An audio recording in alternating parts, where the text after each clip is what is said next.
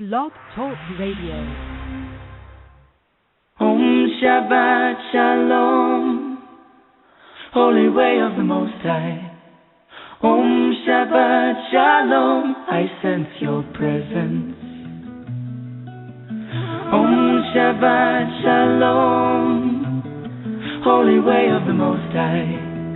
Om Shabbat Shalom, I sense your presence. And I am the light within your soul. In the essence of truth and right, love makes the circle whole. And here we stand in line, waiting for some sacred sign.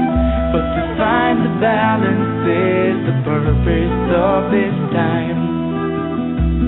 To restore the balance of the universal mind.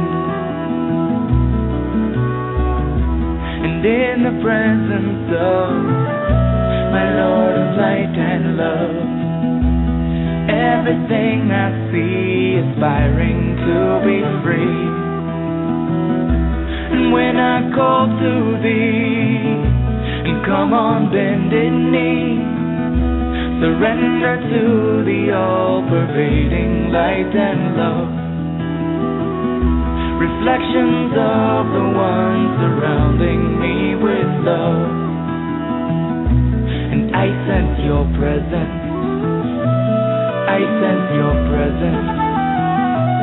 I sense your presence. I sense your presence. Within and without, above and below, yeah. East, west, north and south, I sense your presence. Without and within, below and above, yeah, yeah. East, west, north and south, I sense your presence. I sense your presence.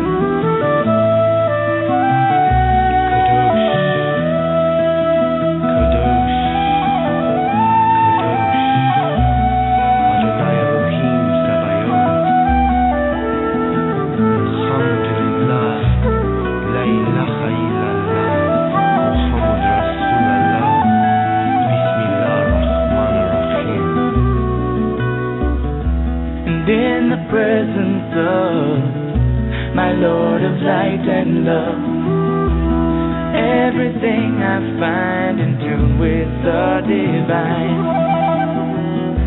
And here we stand in line, waiting for some sacred sign. But to find the balance is the purpose of this time.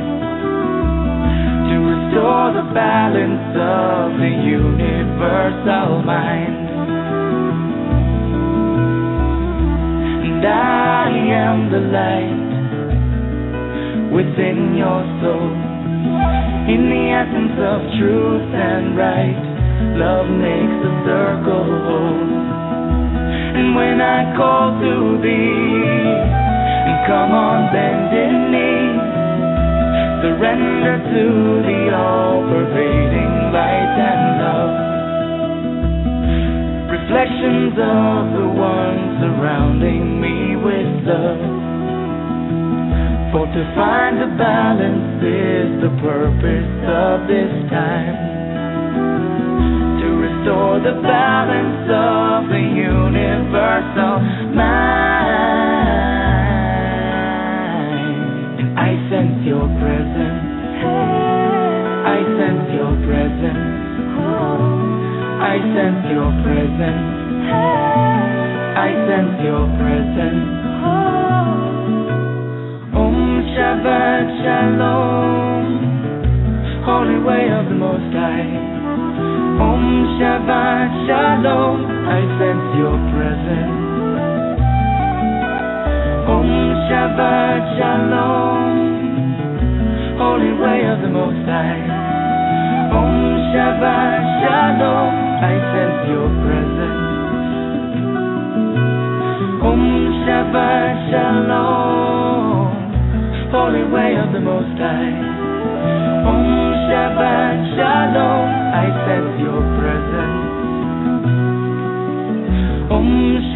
Shabbat Shalom, Holy Angel of the Most High. Om Shabbat Shalom, I sense your presence. I sense your presence. It's Holly with Healing Jewels. So, what are healing jewels? Healing jewels are healing crystals charged with Sujok acupuncture schemes that prevent and release a wide range of ailments and disease, naturally and with no needles. From arthritis to migraines, cancer to diabetes, the healing process begins when you wear healing jewels. We have a 30-day money-back guarantee, so all you have to lose is your disease. If you can't afford healing jewels, nominate yourself or a loved one for free healing jewels on healingjewels.com. JOULES, as in energy. Namaste. And thank you for joining me here tonight on Activating Compassion in the Midnight Hour. My name is Jessie Ann Nichols George, and I'm your hostess this evening. The music you were listening to at the beginning of the show is I Sense Your Presence. It's by Shem Shai. And I want to extend a welcome, whether you are returning because you've listened to the show before and enjoy it, or whether you're listening to us for the very first time. And we are streaming live in 3 places outside of Blog Talk Radio. We're streaming live at TalkStream Live, StreamFinder, and Penn, also known as Para Encounters Network. And I welcome everybody that's listening through those channels as well tonight. I also appreciate tonight's sponsor, Holly Hallowell with Healing Jewels. Absolutely wonderful little product that she's created there. Matter of fact, I have a set of those myself, and I absolutely love them. Just a really beautiful energy in her work. And here at Activating Compassion in the Midnight Hour, I look at the different things that bring compassion into our life and the different ways that it exists in our life and how to remove those blocks, resistances, frustrations, and more. Some weeks I'm doing discussions on different aspects of how compassion's in our life, how it fits in our life, the different areas of compassion, and then some weeks I'm doing more exercises, practical implementations, and most of the time, usually I've almost always got a fantastic guest on tonight. Of course, tonight's no exception to that. We'll be getting into Nicola Bird. Dr. Nicola Bird will be joining us in a little bit here on the show. And then also I've got many wonderful musical artists along the way that are coming. I've got some great lineup this summer and this fall in the way of musical artists. So you definitely want to keep tuned in for those that are coming up. In my own work, what I do is I focus on helping people find and use compassion in their everyday lives. I've created the Genesis Clearing Statement, and if you've missed hearing how that works, you can catch it in our archives. I've also authored 4 books, the most recent being You, Me, Life, Dreams, and its companion workbook, and also Activating Compassion and Activating Compassion, the workbook. In addition, I've created the Compassion Tour, which is a multi-state nationwide tour, including workshops, retreats, seminars, book signings, and fundraising events. And you can actually follow all the events that are available to participate in live at jessieannicholsgeorge.eventbrite.com. So it's my full name, .eventbrite.com. And just a reminder, if you enjoy the show this evening, make certain you tell your friends, your family, share with all those Facebook connections out there and anybody else that you might feel inspired to share it with, because I always find that when I'm sharing a show, when I'm sharing information about the show, somebody's always coming up to me going, that's exactly what I needed right now. And I have to say, when I put out my blog this week, I had a lot of people that said, oh, my God, this is exactly the topic that I needed to hear about this week. So it's exciting to get that back, and you just never know whose life you might be able to help change a little bit by sharing a simple link to the show here. So they can also get the archives and the links from my webpage, and that will be on my page of the Main Street Universe tab at jessieannicholsgeorge1.com. And then again, also they can get it as a podcast at iTunes, TuneIn.com, PodcastGarden.com, and then also most of my shows are available at YouTube, on my YouTube channel. So lots of options, whatever your preference is, whatever's easiest for you, you got an option there for it.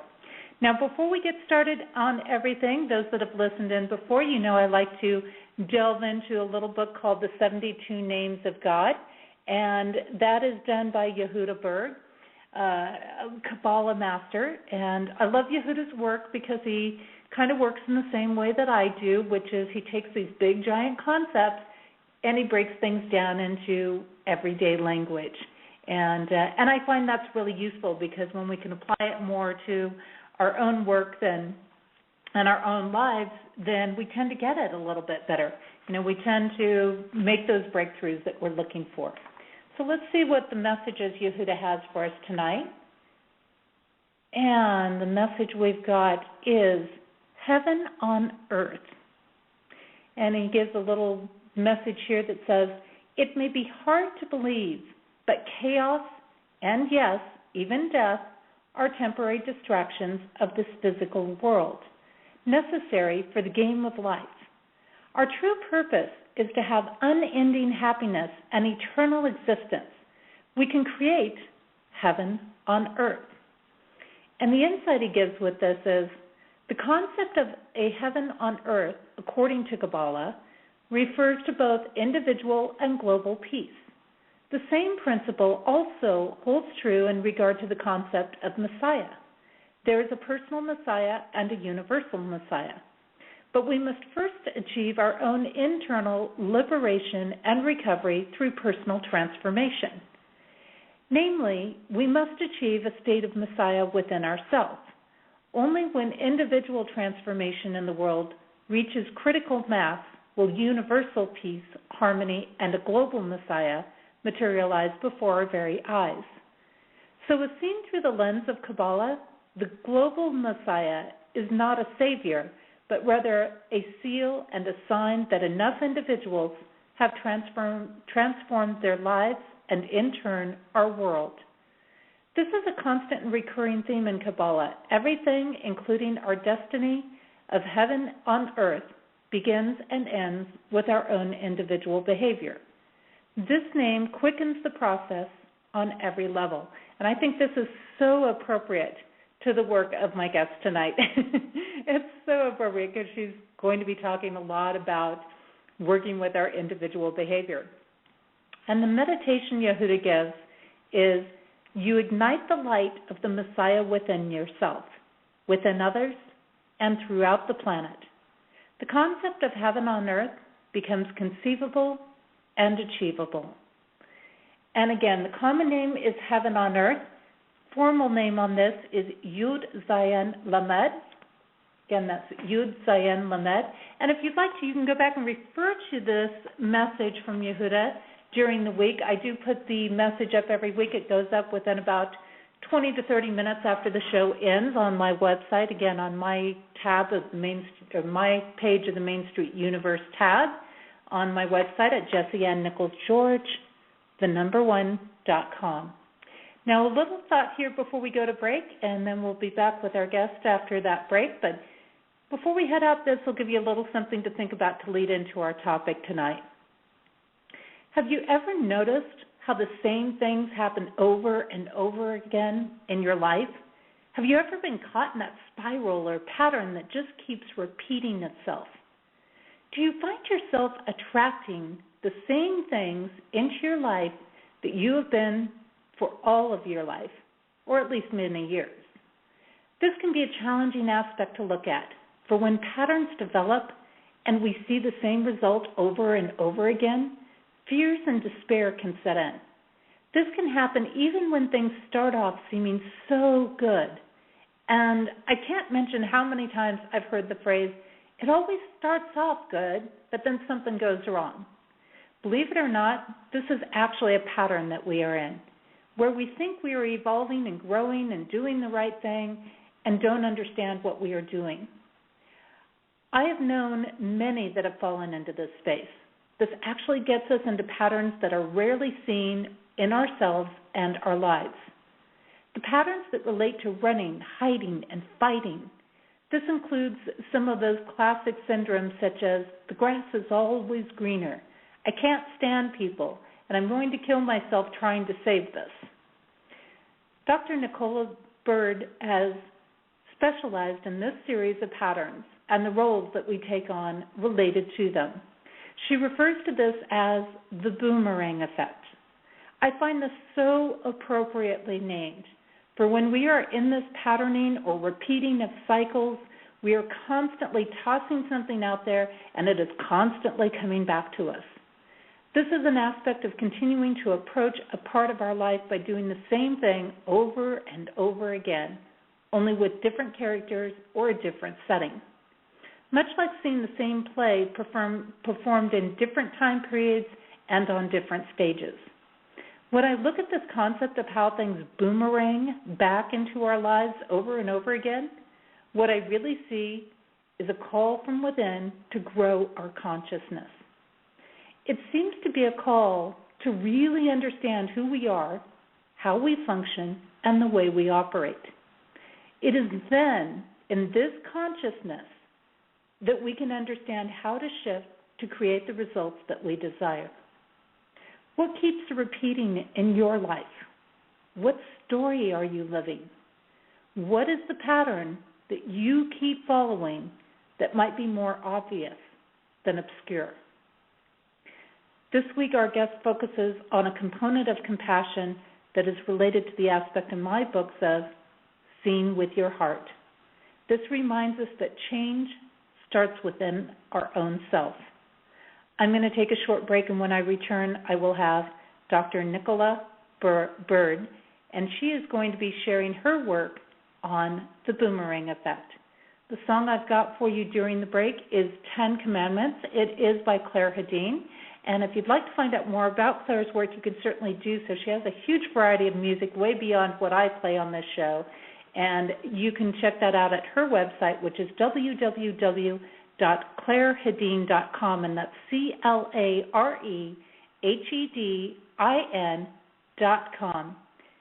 And we'll be back in just a few minutes.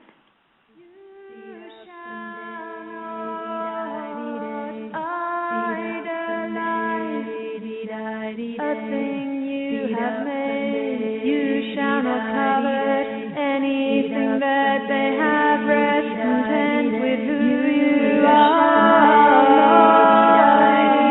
Invoke my name to appease your own vanity. Covenant you have made up and day-dee-dee-dee-day. You shall rest one anything that belongs to another from slavery. Do not covet anything they have. Honor your father, your mother, that you may live long and enjoy the land that I have given you. Rest content with who you are.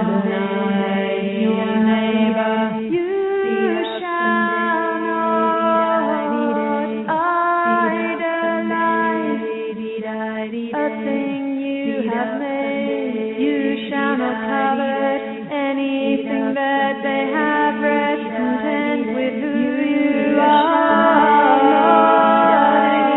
Invoke my name to appease your own vanity. Covenant you have made up and day-dee-dee-dee-day. You shall rest one anything that belongs to another from slavery. Do not covet anything they have. Honor your father, your mother, that you may live long and enjoy the land that I have given you. Rest content with who you are. Deny your neighbor. You shall not idolize a thing you have made. You shall not covet anything that they have. Rest content with who you are. Invoke my name to appease your own vanity. Covenant you have made up and day-dee-dee-dee-day. You shall rest one anything that belongs to another from slavery. Do not covet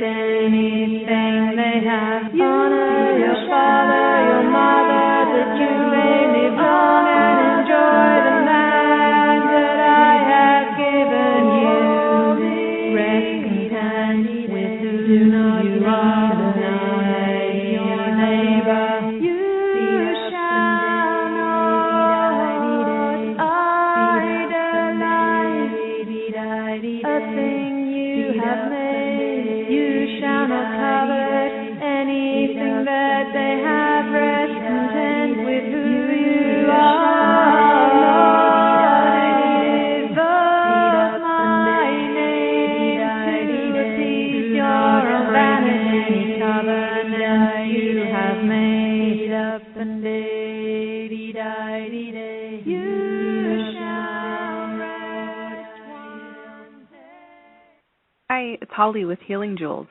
Let's face it, our pets are our children. They are members of our family. And with their increased aging compared to humans, it's heartbreaking to watch our loved ones grow old and struggle with illness. I am so blessed to be able to help animals heal with Healing Jewels. That's right, this new therapy, which programs acupuncture into crystals, works for pets as well. Just attach the charm to their collar and let the healing begin. If your pet doesn't wear a collar, that's okay, because Healing Jewels crystals can also charge the water your pet drinks, so even birds and lizards can be healed. When I hear the success stories, it makes me so happy, not only that the pet is healing, but that the placebo effect is not a factor. This is real healing. This is Healing Jewels. Check us out at healingjewels.com. JOULES as in energy. Namaste.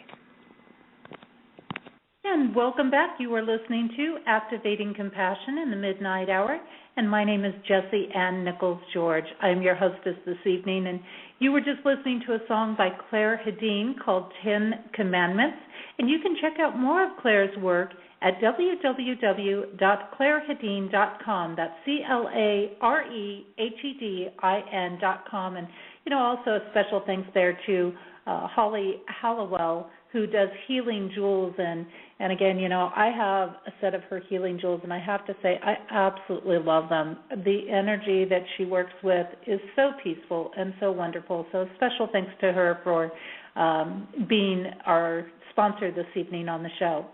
Now, I'd like to bring on my guest tonight, Dr. Nicola Bird, and she is a new generation visionary psychotherapist who pioneered a groundbreaking approach to personal transformation and brain retraining. After seeing the same patterns in herself and her clients, she created a powerful system for self-empowerment. During her almost 20 years of practice, she's helped people to break through their negative tapes. Her one-of-a-kind method gives people the tools to free themselves from limitations and fears and empower their lives. Nicola received her doctorate from the University of Toronto. She is the author of The Boomerang Effect, How You Can Take Charge of Your Life. We're going to be looking at her pioneering work tonight, and you can learn more about her work, by the way, at drnicolabird.com. And for those that can't see the links on our show, that is DR for doctor, NICOLABIRD.com. And I'm going to go ahead and get her mic opened up. Nicola, it's absolutely wonderful to have you here tonight on Activating Compassion in the Midnight Hour.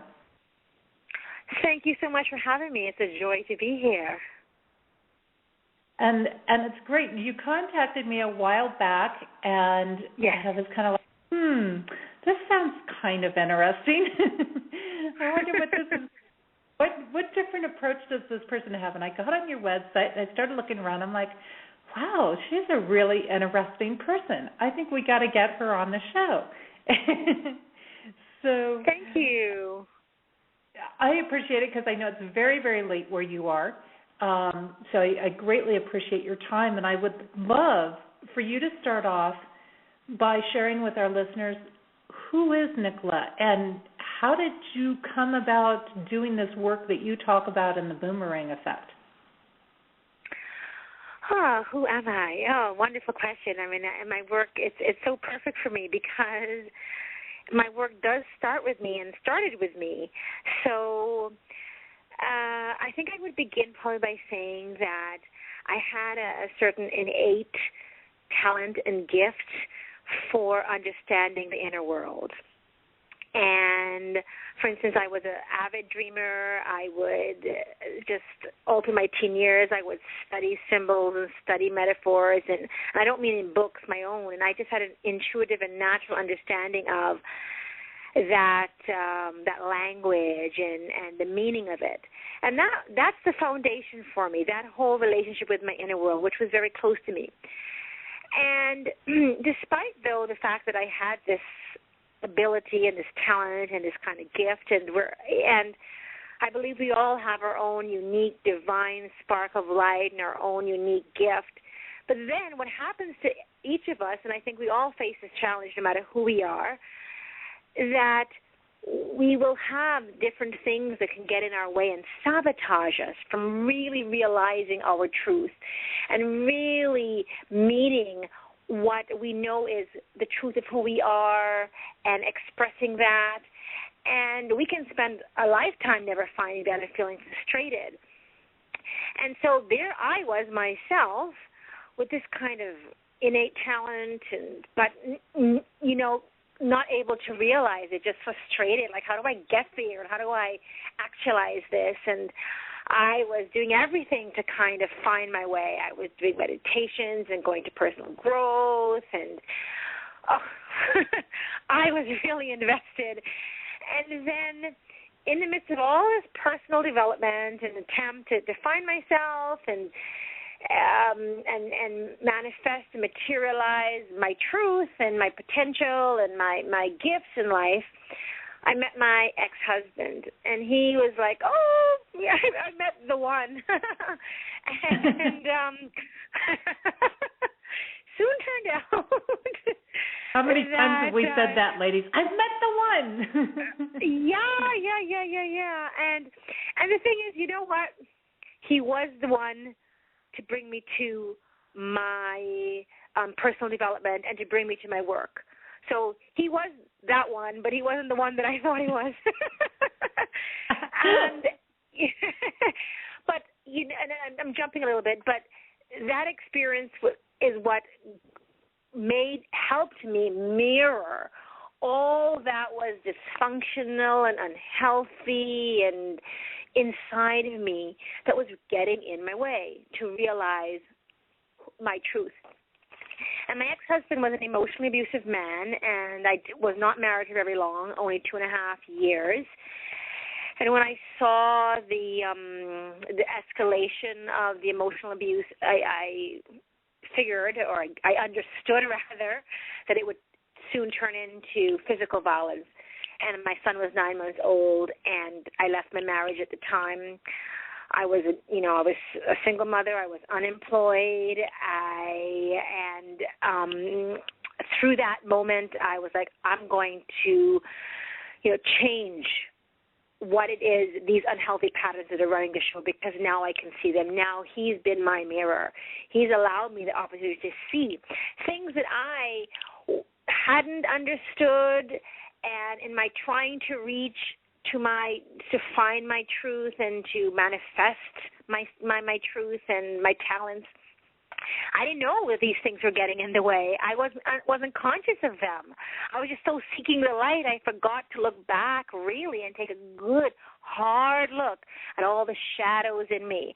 I wanted to quickly get rid of the shadows and just fly off, dash right into the light. And I was so busy trying to get to the light, I was always bypassing my shadows, so I was never really able to transform myself, become really aware of all that stuff hiding away in the nooks and crannies of my psyche and my heart and my mind, and so that was my mirror. So it was my opportunity, and I took it. And I wasn't happy with the techniques that I had learned, and many of them were excellent, don't get me wrong, meditation, but they didn't take me the distance. So I dove now as I was going into my shadows, and the thing is that when I left my marriage, that's when my ex-husband's violence then escalated, and that's when it became very dangerous and threatening. So I was really forced into terror and fears and to see that part of myself.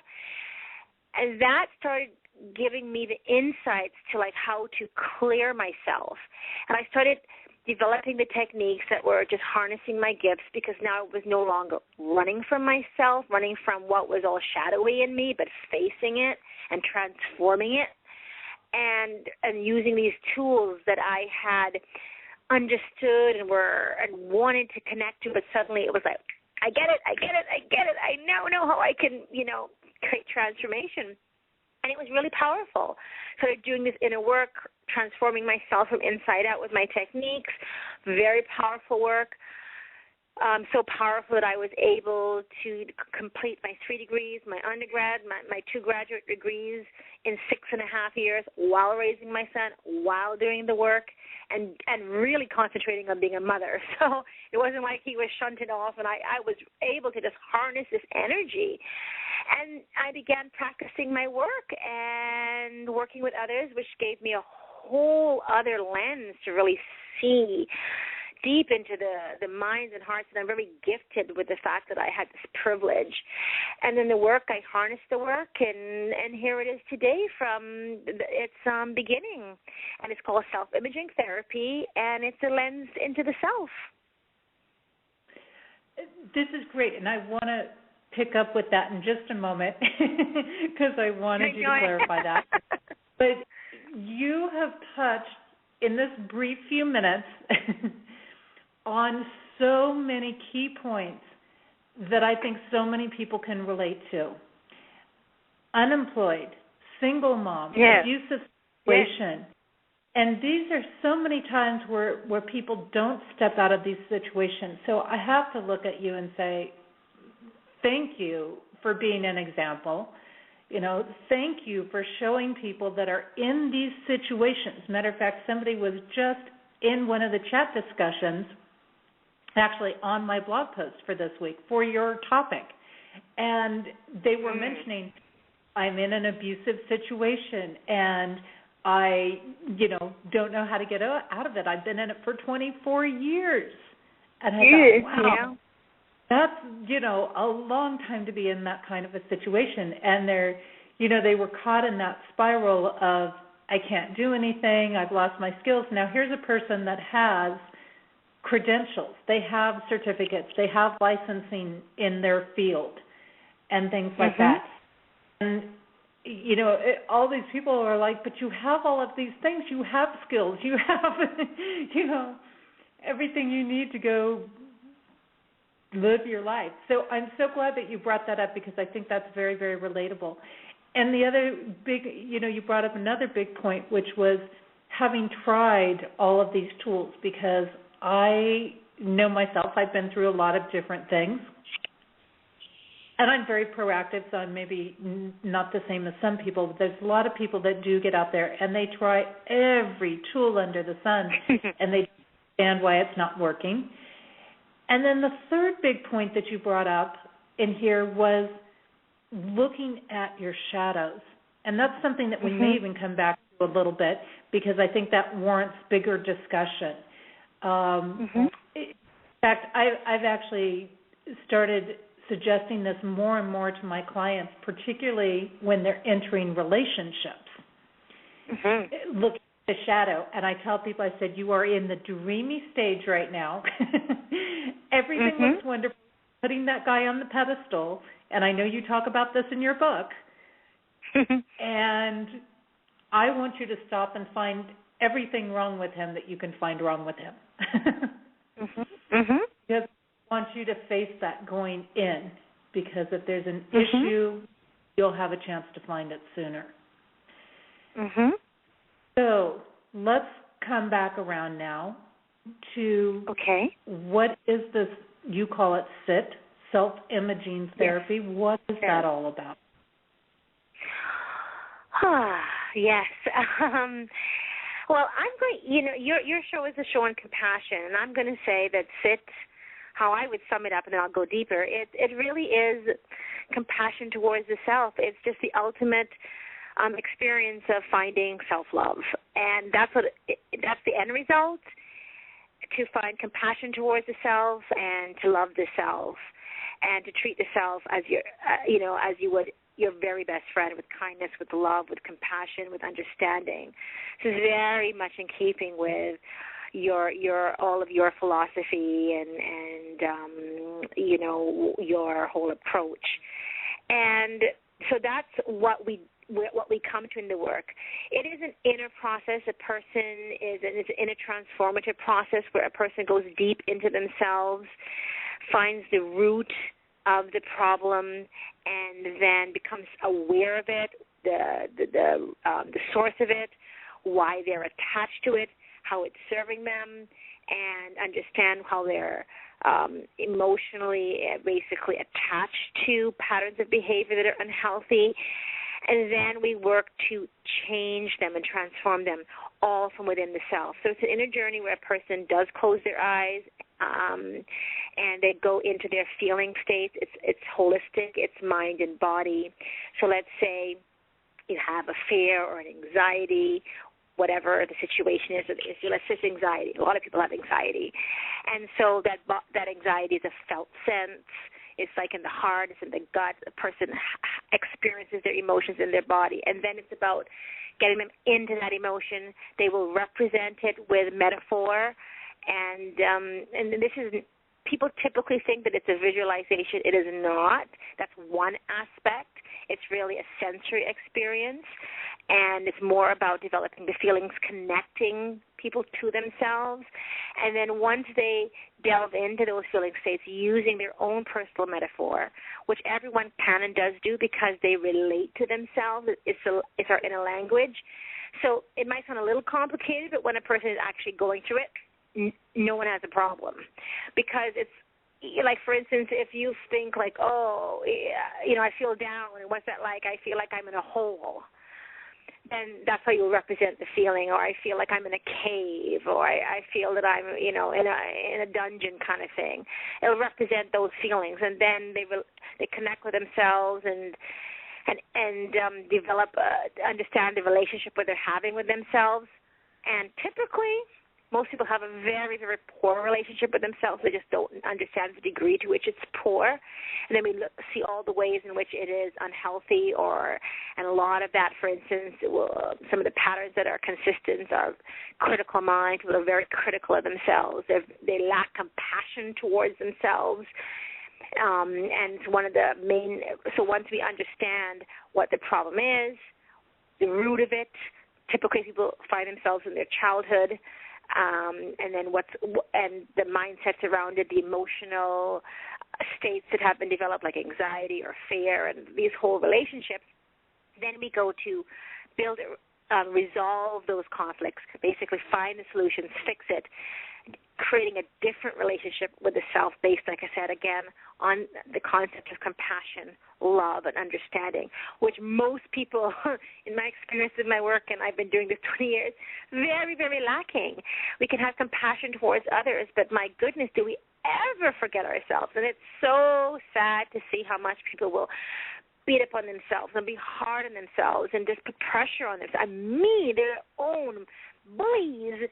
And so we really work to change that relationship and create, again, the kindness. And then once we do all that legwork, then we let go of the dysfunction and the unhealthy patterns, and then create from within new states of being, new mindsets, and new emotional states, because they go hand in hand. So we'll calm, attached to a philosophy of kindness, care kind of thing. And then that's embodied from within, and they basically were simulating new emotional states and new mindsets. But the emotional states are key for me because our brain will register what we feel, not just what we think. Is our feeling. So the feeling states are really core to the work being successful. So the person, for instance, going from anxiety to calm, will not theorize about what calm is. They're going to experience it. They're given this work to do on their own, and then they develop themselves from there. So that's it in a nutshell. I think that this is very important. I'm so glad that you brought up the importance of feelings in this to create experience, because this is where a lot of the things of, well, just think positive, or just think this, or just put your thoughts there. That's where it falls short, because if your feelings aren't in alignment with those thoughts, you can't get the experience. It's just a theory. It's a concept. It's something outside of you. So it's really hard to attach meaning to something that you don't feel. Right. And I think that this is so important because so many people, men in particular, or the masculine energy, I should say, tends to avoid those feelings. It's not a comfort for it. And the feminine energy tends to sometimes get too far in. Wallow in them and do these different things. So this is a very big thing, and you talk about the self-love, the self-compassion factor, and I actually have a whole chapter devoted to that in my books because I feel it's extremely important with people. And I'll tell you, a lot of therapists and counselors and healers and massage people are some of the worst at giving self-compassion out there. And I think when we take that, because they're in these different programmings of, giving, that they actually end up using that as a way to avoid their own aspects. And I think that society also feeds a lot of this because we're programmed that you've got to care for everybody else first, when in reality, through my understanding of divine order, we have to take care of ourselves first. Then we're able to take care of other people. We can't give what we haven't given to ourselves. Aspect in there. Yes. And again, I love that you work with the shadows so much because, and I'm stressing that because so many people are trained these days, or they go out and they find these tools, and the tools say, "Oh, don't look at the negative side. Don't delve into those feelings. Stay away from that because that's just going to drag you down and pull you around." In there. And a few. You made excellent points, and I'm in agreement with you on all of the above. A few things. Certainly in terms of my work, I believe that, I have to live what I preach. My work comes from me. It starts with me. I do the work on my own. I practice it every single day. I haven't arrived. I'm always in process. So, and it does take us really, you have to work on yourself, and it's not a momentary thing. Like, you can't eat salad once a year and say you're healthy. It is, taking care of yourself is a consistency. To be healthy, you got to eat well every day. I can't eat salad once a year. Darn it.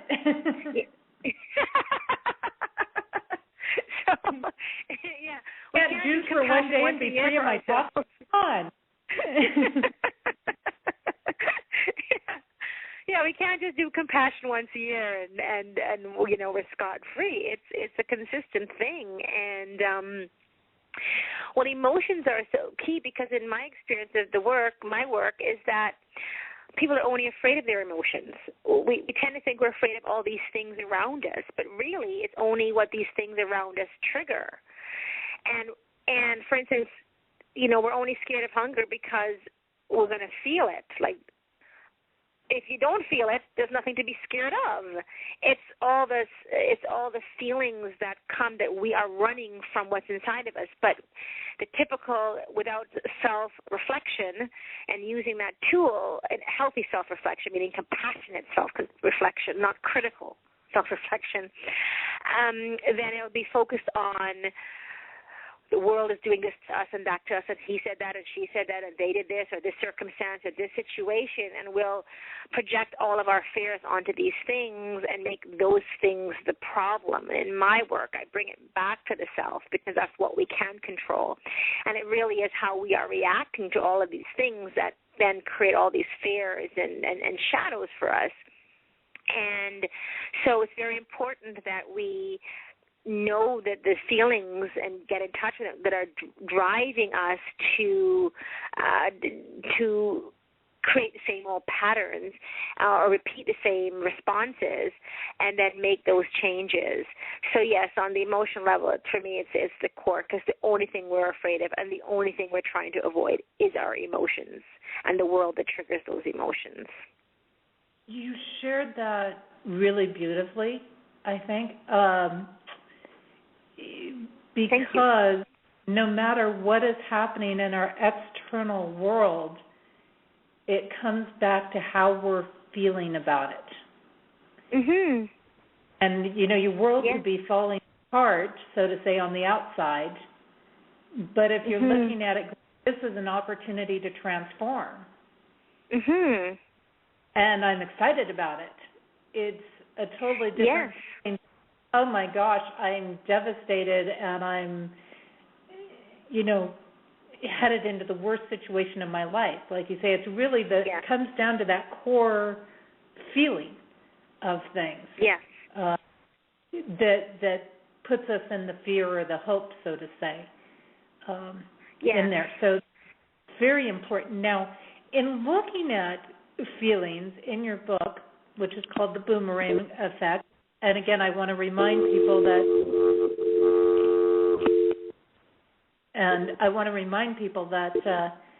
that can be found both on Dr. Nicola's Bird's website, drnicolabird.com, and also on my website. I've got a page there where I keep books and products from guests, and you can find it there as well. Now, Nicola, you mentioned in your book 3 main types of patterns, and it looks like she's back in. I've got to grab her on this other phone here. You're still with me, I see. Yes. Something funny happened, but I'm back. You're back, which is good, and that's how we do it. We bounce back. You mentioned in your book 3 main types of patterns, which you call or refer to as protectors. Yes. And that seems to be a big part of how you address emotions and help people understand these emotions. And maybe you can share with us what those 3 protectors are. I would love to. Well, I mean, these ideas came out of me working with people, and then I would just see these constant responses over and over, and I discovered that we all have the same ingrained protective responses to life, and then I started seeing the characters around them, and that's how I developed these characters in my book, because I consistently saw the same patterns. And what I learned is that in terms of coping styles in life, I mean, we have so much coming at our way. We have to learn to cope with things, and we come with ingrained coping styles, which most people are familiar with: fight, flight, and there's the lesser-known freeze. And that's our biological programming, and it goes back to the beginning of time for us, and so it's part of our DNA and our biology. So we don't have to develop defenses. We come ready with those, and because they're so primal and they're so ingrained in us, and we're using them from the get-go, and we're going to develop mindsets around them, and they're going to become like little personalities within us. And that is, so we will, so in the fight or freeze, when the fight is what I call the fighter, when we're struggling with things and we find ourselves caught in that pattern of struggling as a way to try and fix something or find a solution. When we want to, the escapism is the flight. We start thinking in terms of how we can avoid things and escape things and get away. And the freeze is when we can't move, when we stay completely stuck and immobilized. And the thing is, what's disruptive or disturbing about these 3 patterns of avoiding, hiding, which is the freezing, or fighting or struggling, is that they're purposeful for short-term things. So, if I'm in the alleyway and somebody's coming towards me looking dangerous, I better run, good stuff. But they're completely unhealthy and very sabotaging and leaves us stuck in the pattern when we're using them to manage our own emotions, because we can't hide from ourselves. If we're fighting, we're going to only end up struggling inside ourselves. And who are we avoiding? We can't avoid our own selves. So we're going to get stuck because nothing is moving, nothing is changing. So they're very damaging on the emotional level, but because they're so primal, and that we will be using them to cope. And we really want to, as much as we can, become aware of how much we think in these ways and respond in these ways. And when something appears or to us to be threatening emotionally, so if something hurt us in the past, it's going to be a threat to our mind unless we heal it, then we are going to employ these defense, these protective mechanisms and these mindsets that will actually keep us stuck in the very thing that we're trying to escape. And how in my work with people, without a fail, I see this. People are in the problem, and when they're in the problem, they're like, how do you feel there? I'm hiding. They're always hiding. What are you hiding from? The problem. But you're in the problem. Really? And that's without exception. Or they're comfortable in the problem. And then they end up in there struggling with themselves. And they're trying to avoid the problem.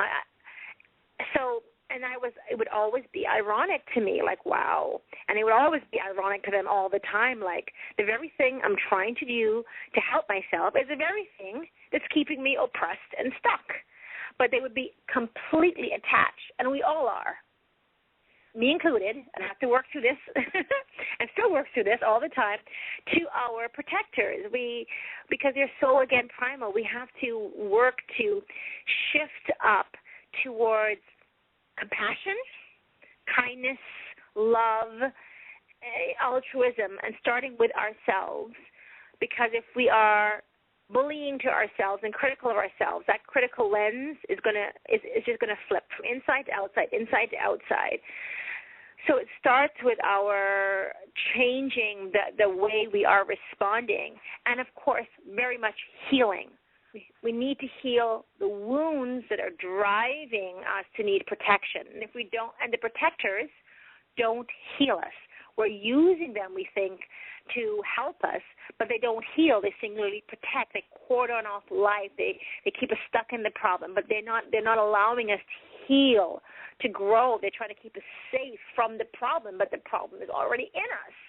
So we're going to there's the boomerang effect, round and round, and that's why we get stuck in patterns and playing the same unfortunate games in our life, and the same mindsets keep going, rotating, and the same feelings keep going around because we haven't healed the wounds that constantly need protecting.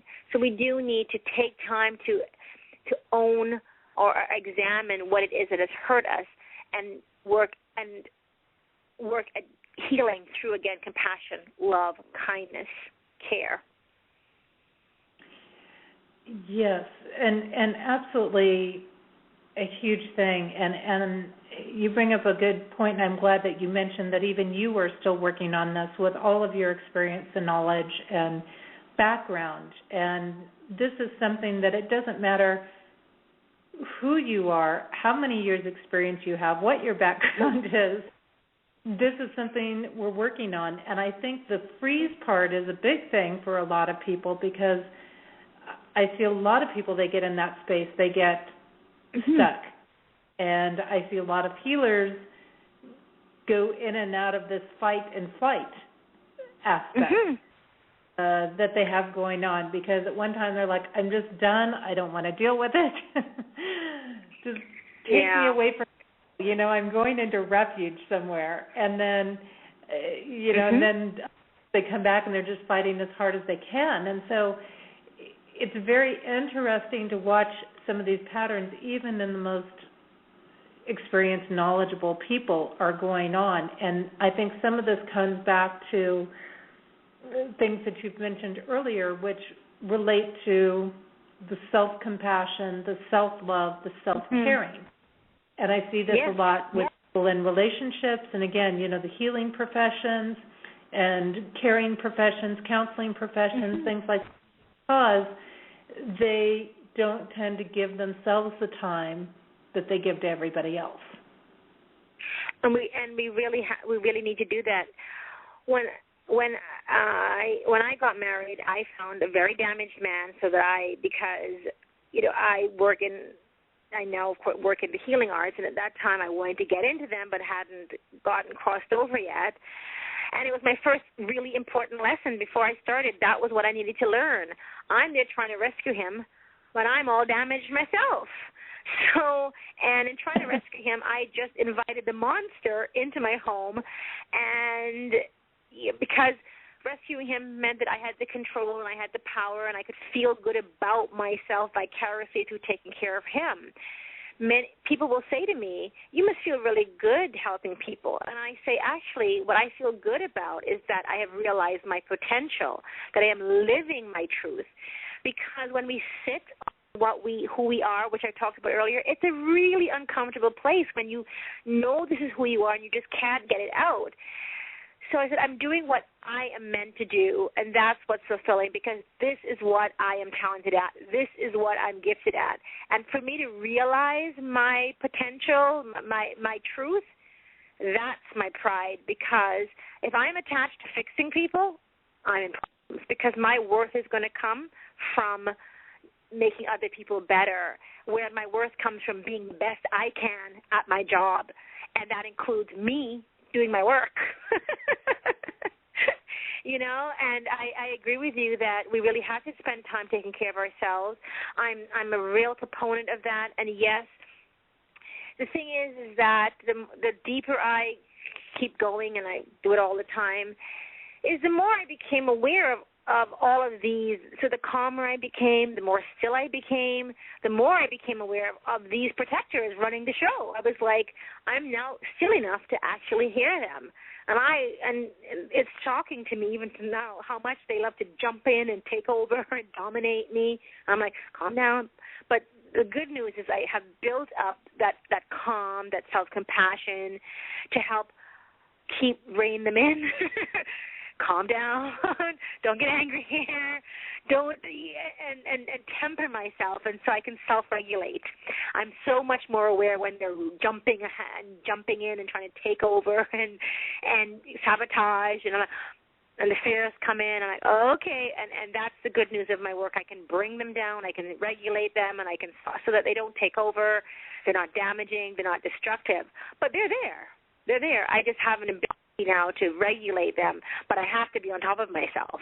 And and it is always humbling. I think life is very humbling. I'm always interested in people who say they've arrived. I'm like, really? Yeah. Because I don't feel that way at all. You make some really good points, and you've expressed this very well. Talking about you have to stay on top of these things. Just you've transformed something doesn't mean that there won't be pieces that come back. You talked about the prize for you being living authentically, which is, I think, a big thing. And you mentioned, that even though you're living authentically, these protectors and come back up.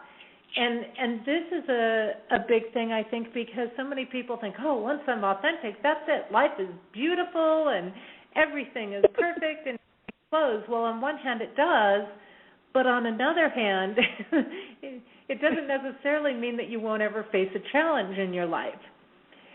And I love that you brought up the aspect, because so many people fall into this role of trying to rescue people. The fact that is about control and power.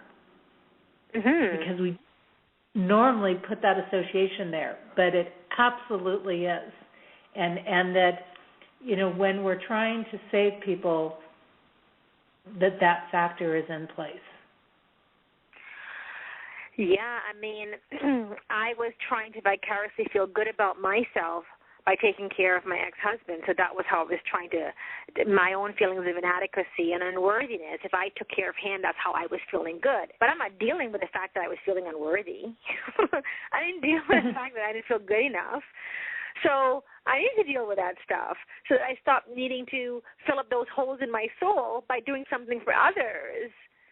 So, yeah, and You talked about the shadows earlier, and when we were talking about the shadows, the fact is that we all have shadows. We can't get rid of them. That's how we're designed. We have the dense part of us, the fears, the inadequacies, and we have the real light and vibrant and side of us where we are happy and joyous and so. But it's not, for me, it's not one or the other. They need to be able to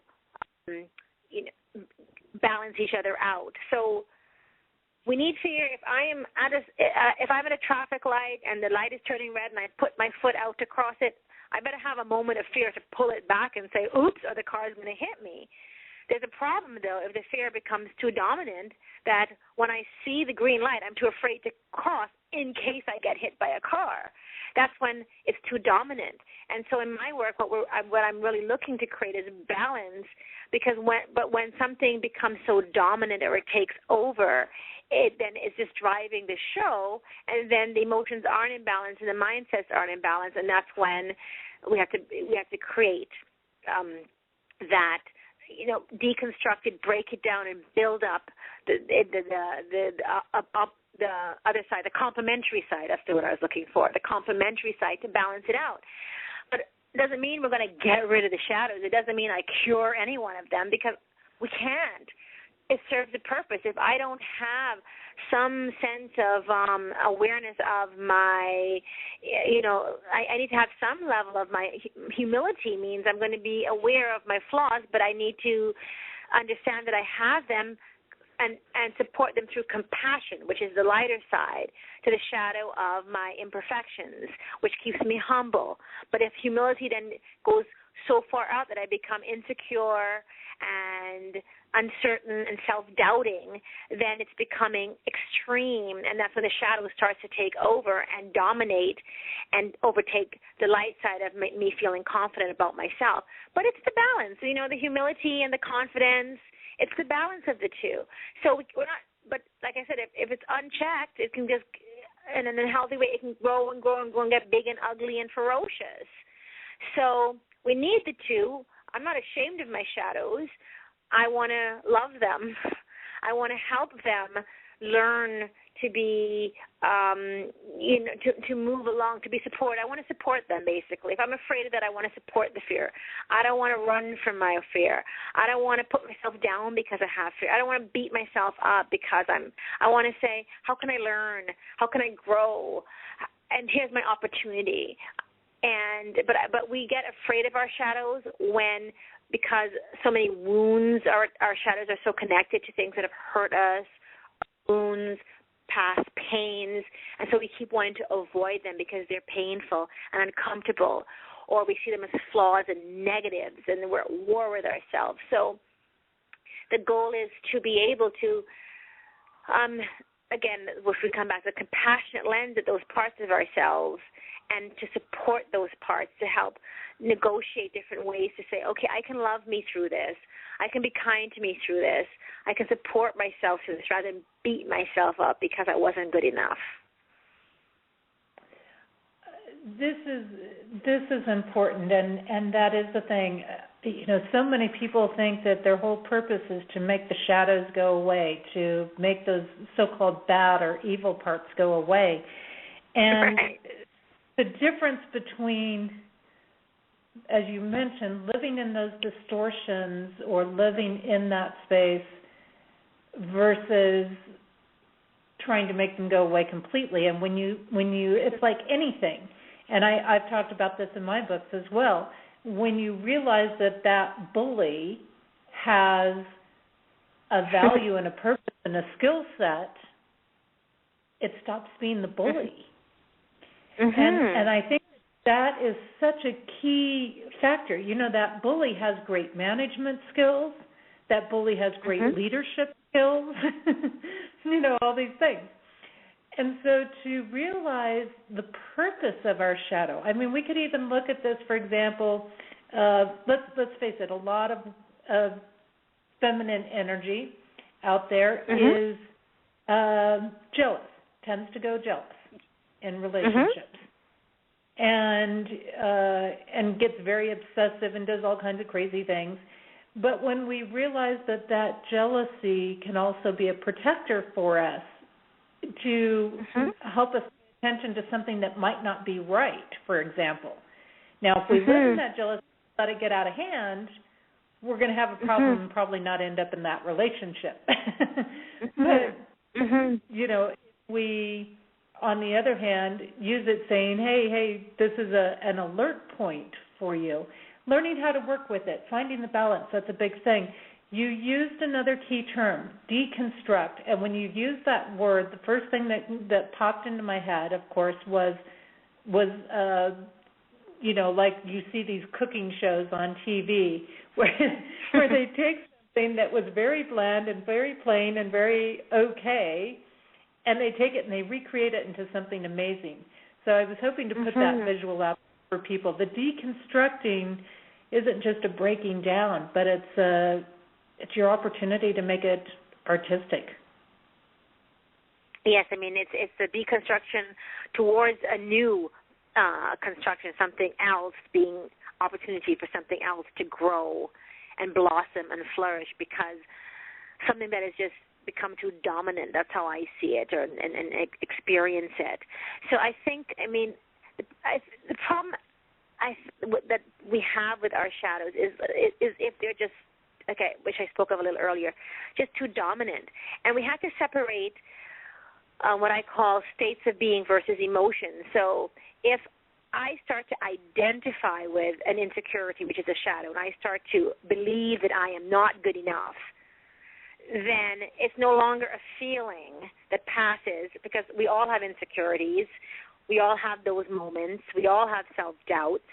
There's no one that doesn't.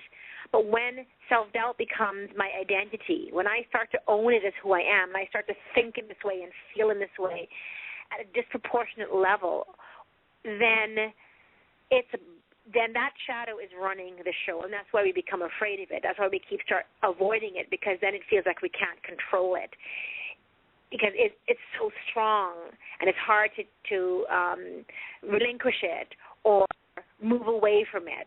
So we keep, and that's when we get stuck in these protective, the avoidance patterns, or the struggling patterns, or the hiding patterns, the freezing patterns.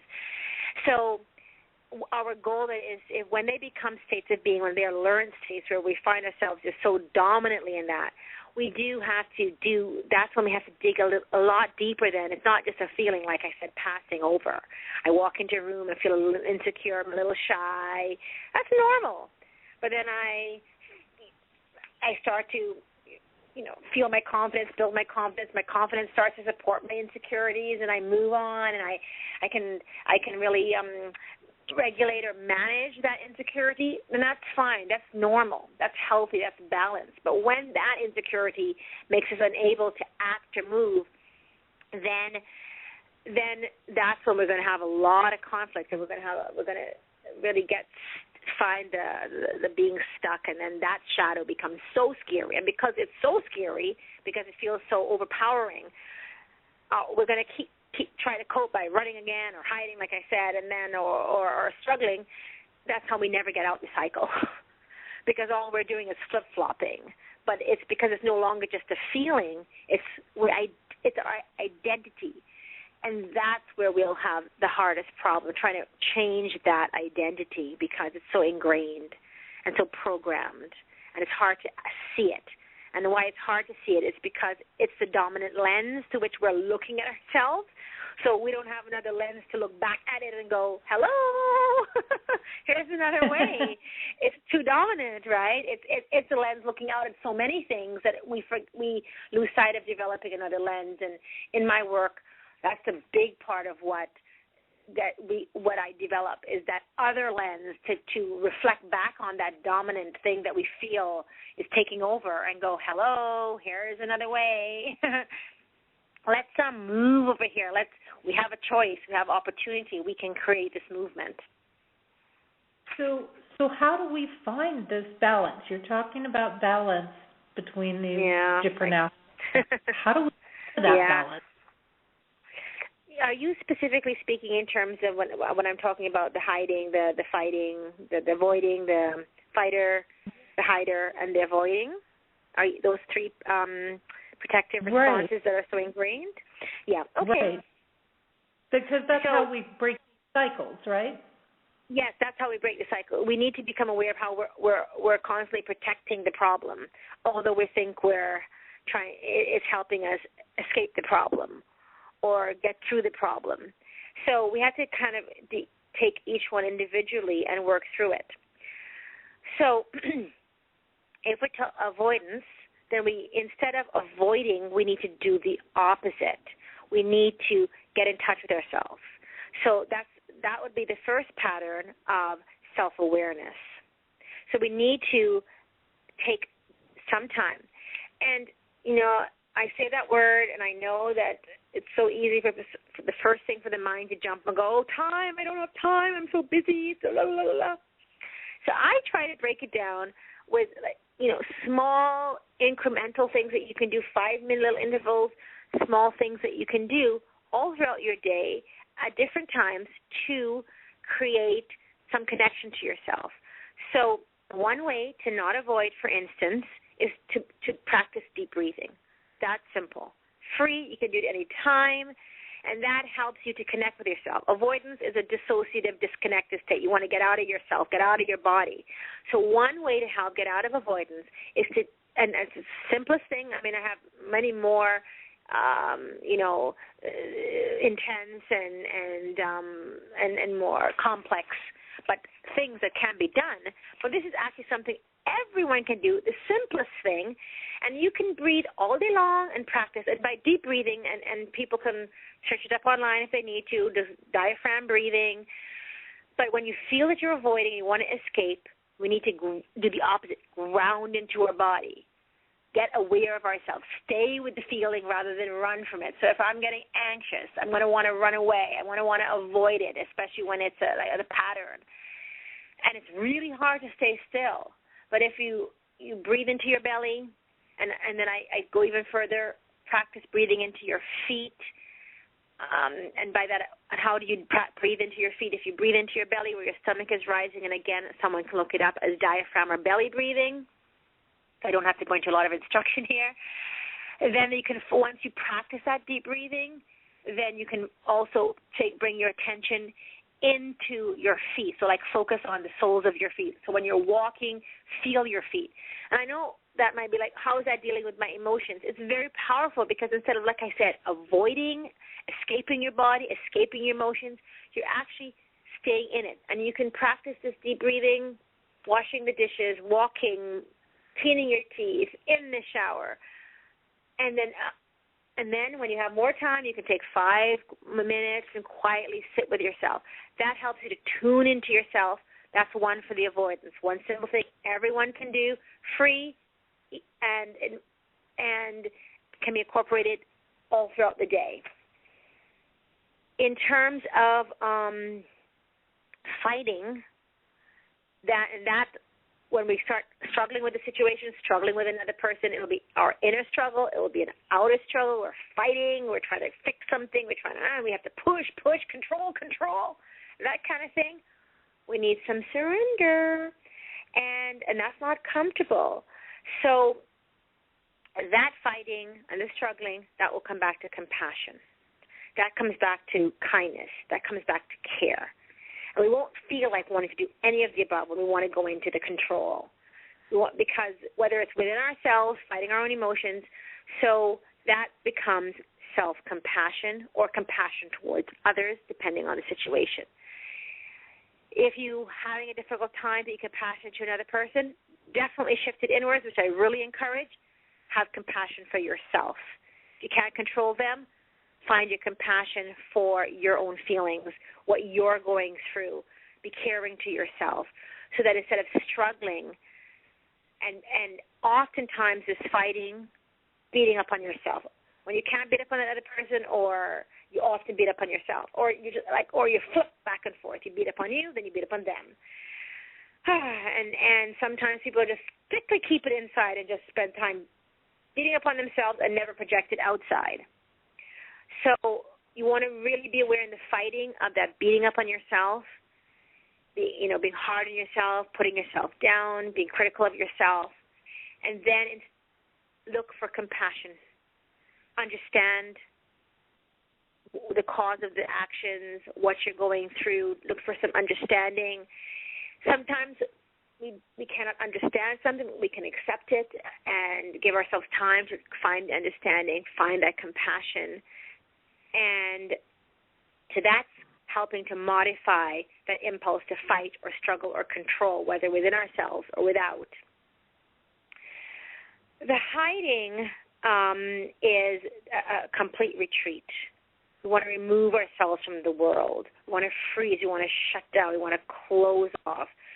We want to. So instead of just shutting down and closing off, what we're trying to hide from what's inside of us, this again, we can take this time to focus on what's going on inside of us more than what the world is doing to us, because hiding is often based on our thinking the world is dangerous, that someone is out there getting us, something is threatening, something is going to hurt us, and then we want to retreat, so we closet, we cordon ourselves, we don't want to move out, and then again, but we're stuck in the problem. So if we feel inadequate and we don't want to face the world that makes us feel inadequate, cordoning ourselves or hiding ourselves off is not going to stop us from feeling inadequate. So we do need then in that hiding state, to, instead of blaming the world, so going into kind of a victim mindset, move it back. What am I feeling? What feeling needs in this? You'll always hear me come back to the care. What feeling in me needs care? If I'm scared, then that's the problem, not the things around me. Let me face my feeling. Let me find a way to take care of my feelings. So then and then we finding safety through self-love. That's how I put it. Rather than hiding from the world or retreating or being stuck in the problem. We're trying to create a sense of inner safety, and that only comes through, from my experience and my understanding in my work, compassion, self-love, self-care, where we know that we can take care of ourselves even through challenges. But we have to develop a relationship with ourselves so that no matter what's happening outside, we know I can take care of me even if somebody rejects me, I can love me. So it's developing, hiding. What counters that is really that development of relationship with ourselves, so that we're not running and hiding from the world. And invariably, we're hiding from ourselves. So by going to ourselves, by looking at ourselves, we're helping to expose or express, and these will be the shadows. And instead of being critical of them or ashamed of them, we own them and say, okay, I come to you with compassion. Yes, and that owning of things, that accepting of things is a big process, I think. Mm-hmm. If we were to do something and to say, okay, this is what it is. Mm-hmm. Can I find a way to accept that that's what it is? Yes. And like you say, I think a lot of times the reason we aren't accepting something is because we have an emotion attached to it. Yes. So many people try to claim things as good and bad and all these things, and they're really neutral. It's the emotion that we're attaching to it. I mean, something could be wonderfully great, but somebody's attached an emotion that it's not a good experience, or that it means something else. For example, you go away on a trip and somebody can't enjoy this beautiful trip that you've given them. And, come to find out, well, why is that? Because they've maybe got some fears around money. Maybe they're not comfortable with spending finances for that particular thing, or maybe in their childhood it meant that they had to do all this work, or when they went on trips, there's all kinds of things there. So, getting to that acceptance, and not just acceptance that this is a challenge in my life, but can I accept what's good about it? Because I think people have a hard time accepting what's good about something as much as they have a hard time accepting things that they don't like. Yeah, one of the big surprises in my work is, how much we can be so addicted to the problem, and how much when we become so addicted to the chaos, so addicted to the pain, even though we say, I don't want to have it, but it's normalized. It become desensitized. It's what we're accustomed to. So even though we're not happy in it, we become comfortable in our unhappiness. And then when you start closing down, you become scared. And what are you going to be scared of? Change. And even when that change is happiness, it's threatening because you don't know it, and it's uncomfortable, and it's unknown. And even though where you are is not happy, at least it's your known world, and you get too scared to take risks or take challenges, and we can become so comfortable in the problem and so addicted to and attached to our chaos that when we can't even recognize what feeling good is, and we will reject it and sabotage it and push it away because it's not normal. It's not our normal. And we become scared of the very thing that will actually liberate us. And that's because it's going to feel like the world that we know is changing. And so we can't identify, which is why in my work I really work as each session is a transformation towards the change or the complementary state, so that they learn to adapt to that new state and own it, so that it becomes comfortable, and then they will learn to move towards something that's healthy versus moving towards the same old comfort zone, the same pattern that has become normal for them. And we all have to watch being. Do you have a short exercise that you can share to show maybe how this transformation works, or? Sure, I would love to. Okay, so, all right, so for all and everyone listening, so the first thing to do is just, you can close your eyes and take a deep breath, again, breathing into the point below your belly button where your stomach is rising and your chest is flat. You're going to take a long breath in, counting for 5, and exhale deeply, counting for 6. So just to get you connected to yourself. And as you're breathing and you're focusing, bringing your attention out from outside to inside, just keeping your attention on your belly, think of a successful moment. Think of something that was they won a test, a promotion, something that you achieved, an achievement, maybe losing 10 pounds or changing into healthy lifestyle, like something that where you really felt successful and you achieved a goal. And imagine as vividly as you can that achievement, that situation, that moment when you had that achievement and you felt really proud of yourself and confident and secure and like, I can do it, that kind of thought, I can do it, and the feeling of confidence. And as you focus on that memory and remember it as vividly as you can, focus on that feeling, the confidence. And as you focus on that feeling of confidence, note where you feel it in your body. Do you feel it in your heart? Do you feel it in your gut? Do you feel it in your head, in your throat? Those are typical. Be any other part of your body. Sometimes it's in your hands, sometimes in your legs. Just try and focus on that feeling so that you can pay attention to what it feels like and notice what that feeling is like. Typically, it's a light feeling. It feels bright. It's vibrant. And pay attention to where it is in your body. So now you have that to refer to as the positive state, something that you can go towards.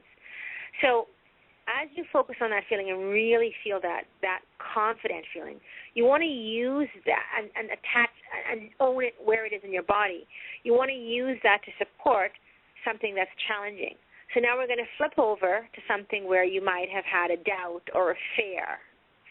And so the opposite, where you felt self-doubt. I can't do it. I don't know how to do it. We all have lots of those moments. And as you you go back to memory, and as you focus on that memory and focus on that feeling, the self-doubt or the insecurity, and like I said, all of us, hands up for that one, then you focus on that feeling, you might notice where you feel it in your body. It might be in your throat, your heart, your gut, maybe your hands, your back, your head. So you're paying attention to yourself, paying attention to that feeling and what it feels like. Typically it feels like a tightness or a heaviness or a darkness. So as you focus on that feeling, I want you to take a few breaths through that uncomfortable feeling. Rather than run from it, which we talked about before, the avoidance, you're just going to take the deep breath into your belly. If you can focus on your feet and take your breath even deeper, please do that. That might take some art, but if you can, so that you're just really allowing yourself not to avoid that feeling, but relax through that feeling. And you're opening up your body to relax through it. And as you're relaxing through it, you can feel it kind of maybe perhaps dissipating a little bit, maybe dissolving a little bit. And then as it starts to dissolve, refocus your attention on where the confidence is, so that you're going to let go of the self-doubt and place your attention. So it's not one or the other, but you're actually placing your attention back on the confidence, back to that identifying with your confidence, so that you don't get sucked into that self-doubt. And what you're also recognizing by doing this exercise is that you're owning those two. Those two feelings are yours. They belong to you. They're not out there. You have confidence. You have self-doubt. But you're choosing to shift your attention back by releasing or just allowing that to, rather than run from it or avoid it, like I said, sit through it, be still through that, in this case, example here, the self-doubt, and then shift back your attention to the confidence in that other part of your body. And now just allow that to just breathe that through your body. Deep breathe. If it's a light feeling, just feel that light feeling moving into your body. It's in your belly, it's in your heart, it's in your brain, it's in your back, it's in your legs, it's in your arms and hands, so you feel it in your cells and in your body, so you're owning that new feeling.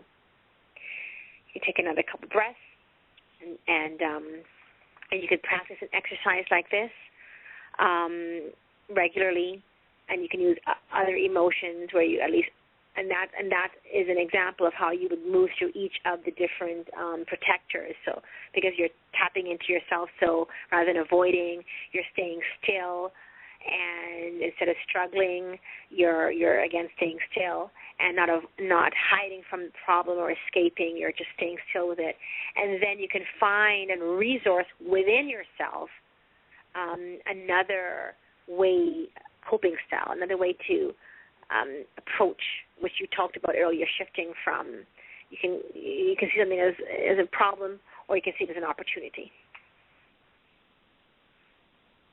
And that's really, really powerful. Just in that short period of time, by taking the time to do this focusing, I could actually feel a shift going on with things. And this is about actually something that you mentioned way back towards the beginning of the show, which is about getting real with yourself. There's nothing wrong in saying, this is what I'm fighting with, this is what I'm fleeing from, and this is where I'm feeling stuck. And to redirect, I love your technique of redirecting here as you've shared it, and how to focus that energy into where you feel the confidence with it. I found that very interesting because I had some things going on in my body, and I'm a firm believer that the body reflects what's happening with us internally, and when we're not listening to what's happening on that internal level, it has to start manifesting in the body, because that's the only way it can get attention, or our outer world. And that's when these things are happening outside of ourselves or with our physical body, it's because we haven't listened internally. And I could feel this little pop in my shoulder, like I had this little series of pops going in my shoulder all of a sudden. I was like, wow, something just released there. And I had this, tightening in my chest when I was looking at the fears, and this kind of thing coming into my back when I was looking at the fears. And then when I redirected and my PowerPoint was in my hands because I was focusing on a healing I had done many, many years ago that was incredibly successful. And it was like as soon as I put the focus there, the chest pain dropped, the back stabbing dropped, and everything just kind of relaxed. So wonderful technique. Thank you for thank you sharing. for your description. That was really wonderful.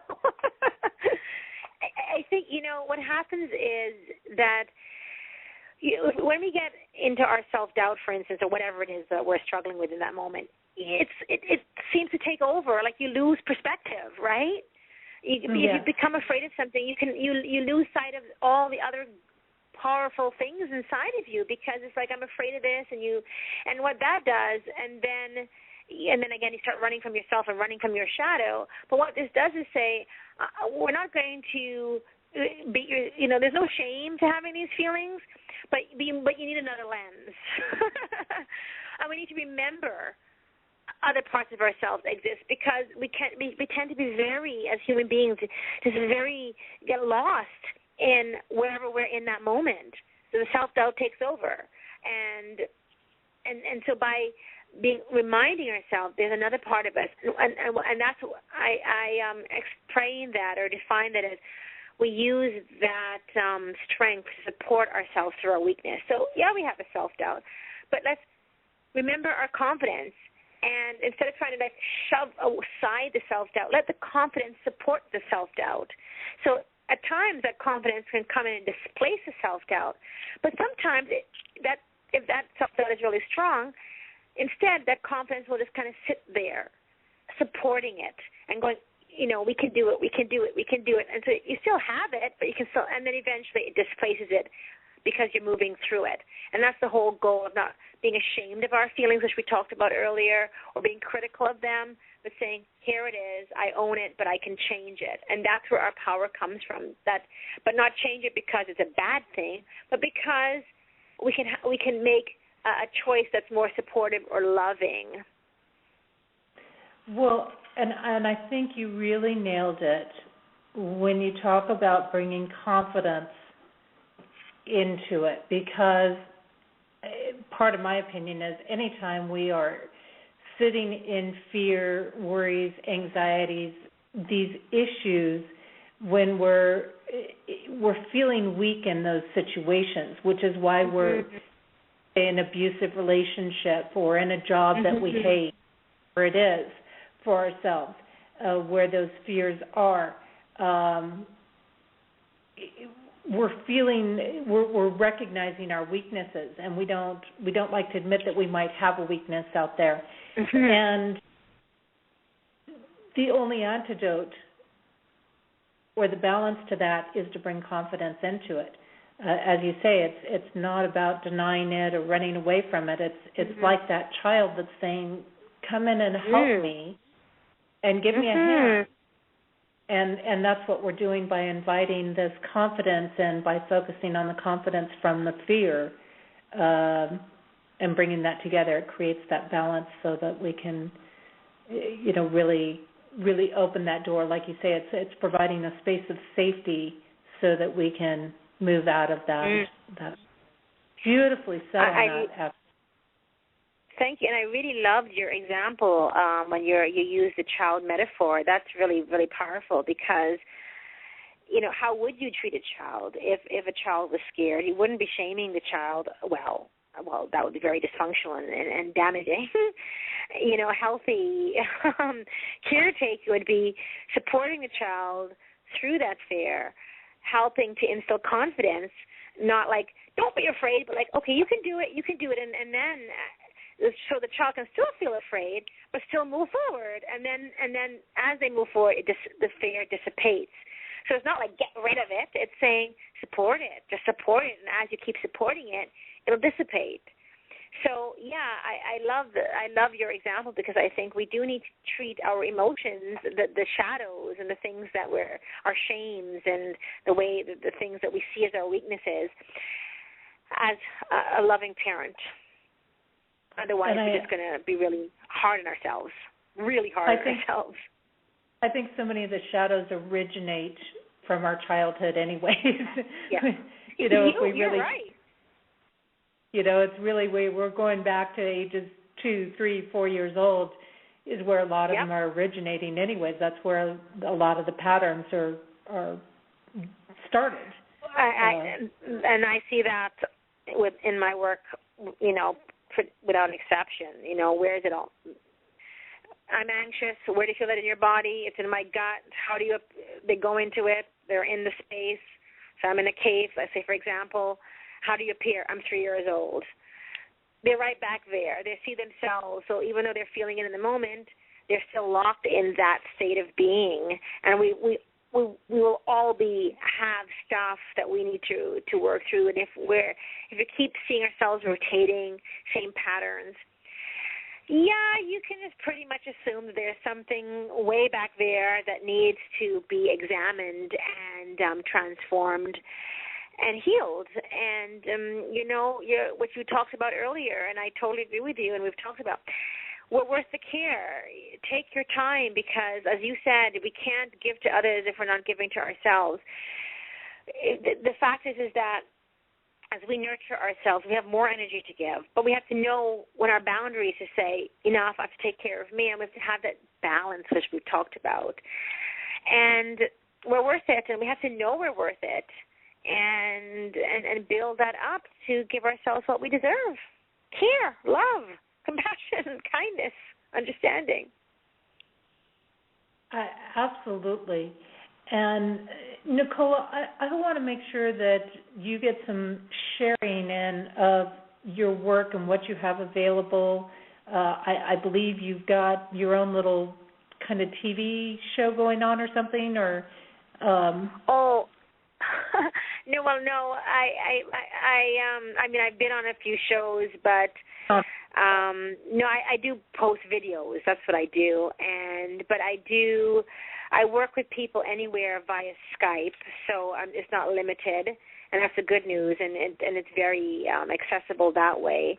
So if anyone is interested, they can contact me, and certainly they don't have to contact me for a session. If they have any questions, email me. They can go onto my website. They can actually just, Google or search my name, Nicola Bird, Nicola, and birds like the one that fly, and they'll find my website. And they can always send me an email, or I'm at Nicola@drnicolabird.com as an email as well. And so if you want to ask questions or anything, thoughts after this, please feel free. You can also, find my Facebook page as well under Dr. Nicola Bird.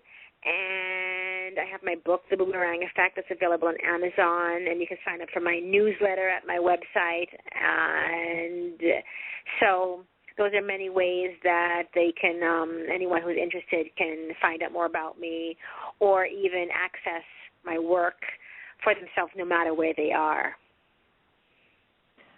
Perfect. And do you have, you focus on the sessions, do you have any speaking events or anything like that are coming up?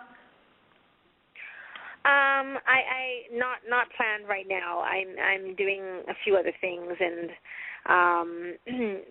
quite frankly, the practice, the private practice, keeps me very busy.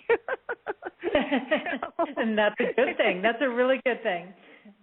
You're balancing that confidence off the fears. Yes. With that. Okay, so perfect. So they have ways that they can contact you. And when somebody comes to you and they say, okay, Nicola, I'm ready. I'm ready. I got to transform some stuff here. I'm kind of going nuts in my addictions and fears, and, I got to get liberated out of this stuff because none of it's serving me in my life. Mm-hmm. How do you move forward with somebody? Sorry, I missed that question. How do I move forward with someone? Yeah. So I come to you and say, I got to get rid of this stuff. Right. What are you going to do? They will do the inner process itself that I take them through, that inner journey to the self, where they resolve the conflict. Each session itself is transformational. But they do walk out with tools and techniques that they will then employ in their own life. So they will feel benefit from the sessions, but they have work that they can continuously do on their own, which I encourage generously. And so it's done through the self-imaging therapy approach. That's how it's done. So we talk about it, and then it's go through the inner journey process to healing and transformation. It's very deep. It is definitely fast-moving because you go right to the core of the problem, and you really see yourself. And people do report that they get results quite quickly. And each session you definitely, for the most part, feel quite rejuvenated, and really it gets you unstuck. That's what it's designed for, because I know what it is like to be stuck. I was like, I gotta move. I don't want to be stuck. So it's really designed to get change going. It's one of those things where it's like, how do you know everything that you know? Because I made all the mistakes. Yeah. And I'm here to not make the mistakes I made. Absolutely. And because I've had the privilege of working with people for so long and being inside of, their minds and learning from them. So I've learned from mine, and I've learned from everyone telling me their stories and the process of develop it. And, each person has been a gift, because I could just keep homing it so that I would be able to help a new person, because I'd learn more and more and more how to kind of get in there and break through blocks and break through resistances and break through things. So I've learned from mine, I've learned from other people's, and it's been an incredible gift and privilege and a blessing. I so agree, and I operate in a very, very similar way as you. I've learned so much over the years, and it's a pleasure. And, it's been such a gift to have you on here. You've shared so many things with us tonight, and really explain something that we don't get to delve a lot into, which is why we need to get in there and work with our shadow and what purpose it has, and these different aspects, and how to deal with these without, putting ourselves into more patterns, which I think is really important there. And again, I want to emphasize that your book is available on Amazon. I've got it on my webpage as well under my products tab, guest products. And if you just scroll all the way down on there, you'll find it in there, and you can click on the link, and it will take you right in there to where her book is, and save you a little time that way. And again, if you'd like to get in contact with Nicola, it's drnicolabird.com, drnicolabird.com. And anything that you want to say to wrap up here, your time with us?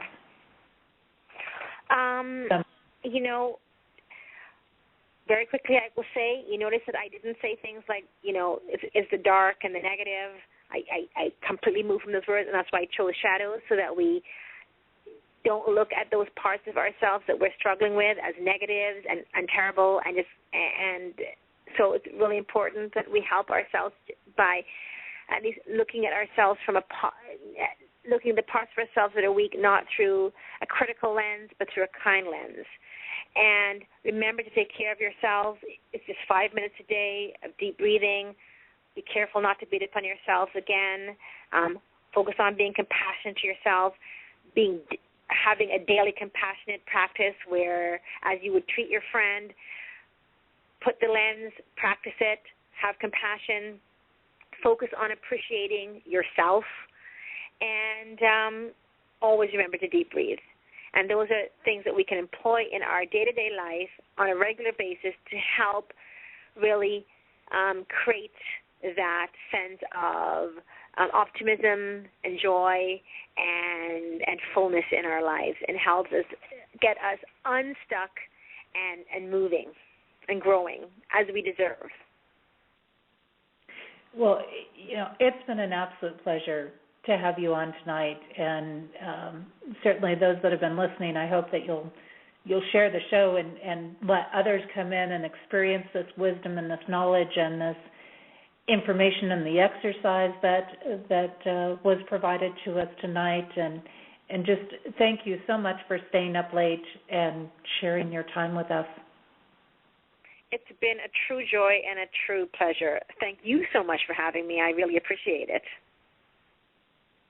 And next week, I do want to mention that we have Part 2 of Earth Goddess Rising coming on. So we're going to have those that listened in on the first one. You remember we had 3 presenters come on, 3 people that are presenting at the Earth Goddess Rising event. And we're going to have 3 more come on, and 2 of them are shamans. So it's going to be very interesting to delve into their work. And one of them delves into music as well. That's another big piece, and that's going to be exciting to see what they have to say and what they're going to be sharing at that event. And then, again, my books on relationships have been released. You can find links to check those out and purchase them at JessieAnnNicholsGeorge1.com. It's my full name, 1.com. And they're designed to help you activate the perfect relationship for you.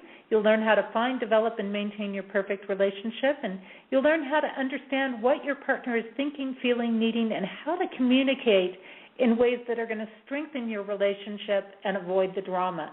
And maybe I shouldn't say avoid the drama after tonight, but at least get to more of a drama-free space. How's that? A balanced space. I also just released several events for 2014. You can check those out at JessieAnnNicholsGeorge.eventbrite.com. And if you'd like to find out more about the work I'm doing with Compassion, connect with me, check out my blog, purchase products or services that I offer, find ways to connect with me, listen to the archive shows, video tips. I put out video tips every month that are brand new. See the courses I have coming up and available. You can do all of that on my website, JessieAnnNicholsGeorge1.com. There's also a great section on there for Main Street Universe, where you can follow all of our hosts, catch their upcoming shows, as well as the archive shows for them, and learn a little bit about the people here at Main Street Universe. That's all listed at the bottom of today's show description. I also do have some affiliate opportunities for people that are interested in that, but I do want to mention my May special deal, and that is on my full weekend event, which is coming up on June 21st and 22nd. Going to be an amazing time. We go out. Nature is the classroom when I'm doing that work. And right now, through the end of May, if you register for that June event, you'll get 25% off. So just go right onto the webpage. It's on the home page there, JessieAnnNicholsGeorge1.com. You'll see all the information. That'll take you right there, and you'll know how to get that discount on that. Don't forget, we've got several shows here on Main Street Universe throughout the week. Sunday nights, we have Darren Bouquet, who's a reader at Madame Laveau in New Orleans, doing the spiritual insights. And if you're ever looking for a reading, Darren is fantastic at doing readings. Monday nights, we have Randy Goldberg. He focuses on Vedic astrology. Tuesdays is Susan Weed, who shares her work in herbs and natural plants. And I have to say, she's a half-hour show, but man, does she know how to pack the information in that show. I actually tune in to her show all the time. So Wednesday nights, we have Daniel and Janice and Brett, and they're hosting our flagship show, Main Street Universe, and they do all different things on there. Sometimes they bring a guest on, sometimes they're talking about topics, and sometimes they're doing readings. They do all different types of things. Thursdays, Queen Mother Amaku, who looks at Egyptian culture. Fridays, Kevin Baird, Walking on the Sidewalk, and also another person, if you want to get a different perspective from a reading aspect, he created the Horizon Oracles Journeys deck, and you can learn more about that deck on his website at templeofgaia.com. And then, of course, Friday nights, Activating Compassion in the Midnight Hour. And, it's been such a pleasure to have everybody here. This is Jessie Ann Nichols George, and I want to thank you so much for being here tonight. Again, thank you to all of our listeners, not only on Blog Talk, but also those streaming live on PEN, known as Parent Encounters Network, Streamfinder, TalkStream Live, as well as those that are catching our podcast at iTunes, TuneIn.com, PodcastGarden.com, and also those catching the YouTube version of our show. A special thanks again to tonight's sponsor, Holly Hallowell, and stay tuned for her her little aspect that's coming up here in a moment, working with Healing Jewels. And again, I want to say I love her work with Healing Jewels. I personally use it and absolutely love it, Holly. Thank you so much for that work that you're doing. And I also look forward to seeing you back here next week as we delve more into activating compassion. Don't forget, if you've enjoyed the show this evening, share it with others. It's going to be available at the same link in our archives. And if you're listening from one of the other channels and you're not sure what that link is, just head on over to my webpage, my page on the Main Street Universe tab at JessieAnnNicholsGeorge1.com. And I'm going to leave you tonight with the song Yearning For, also known as Over and Over. It's by Shemshai, an amazing group. If you'd like to check out their work, Shemshai.com. That's SHIMSHAI.com. Thank you so much. I look forward to seeing you again next week, right here on Activating Compassion in the Midnight Hour. May you enjoy the rest of your weekend and have an amazing week. Hi, it's Holly with Healing Jewels. Hey, I encourage you to check out a new documentary that came out called Why They Won't Let Us Cure Cancer. Well, it's not an old concept. The healthcare and pharmaceutical companies stand to lose a lot of money when the cure for cancer is found. But the truth is, there are holistic ways we can heal ourselves that already exist. Ways that don't involve cutting or poisoning, ways that bring true balance to our bodies and return them to harmony. One such revolutionary therapy is called Healing Jewels. It's needle-free acupuncture delivered via crystals. The acupuncture is programmed into the crystals and it's activated by your own vital energy or ki. If you or a loved one is suffering from cancer or any other dis-ease, you've got to check out Healing Jewels. Jewels as in energy, healing, JOULES.com. Namaste. And if I could see what makes me blind, I would soar to the edge of my mind and to touch what seems unreal, just to show you the way that I feel. And we are in time with time, one with the season of change inside. And we are in tune with the tune, caught in a balance of sun and moon.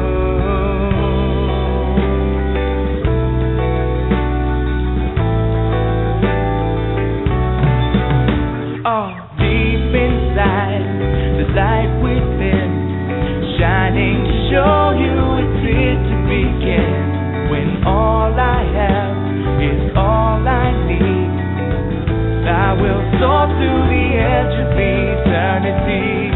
And we see it eye to eye, one within love to be for the divine. And we're walking hand in hand, caught in the balance of God and man.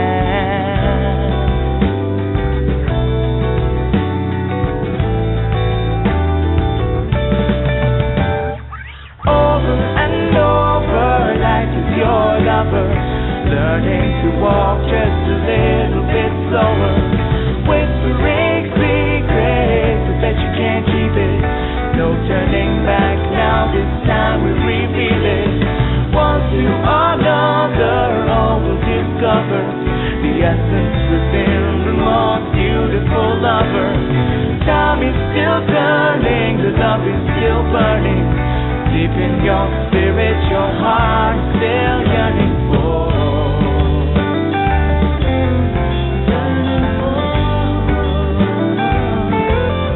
Yearning for.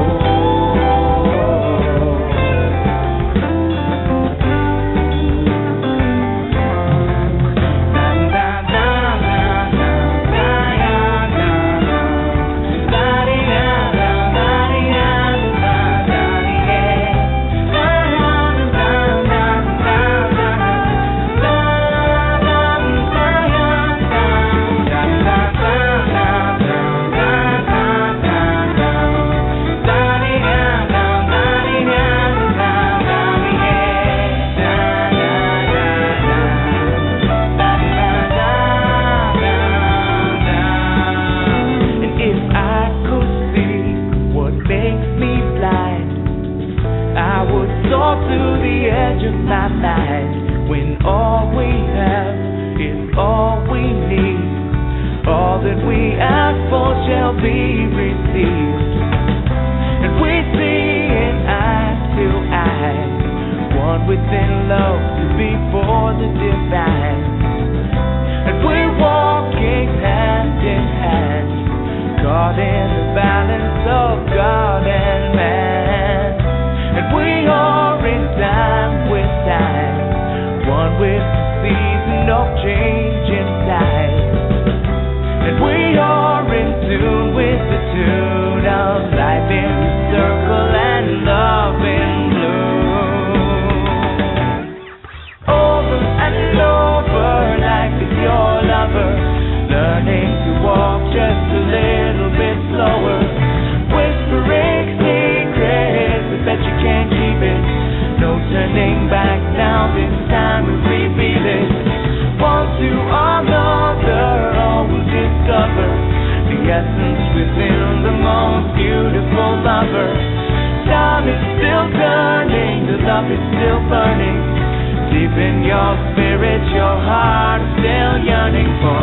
Over and over, life is your lover, learning to walk just a little bit slower, whispering secrets, I bet you can't keep it. No turning back now, this time we reveal it. One to another, all will discover the essence within the most beautiful lover. Time is still turning, the love is still burning. Deep in your spirit, your heart still yearning for.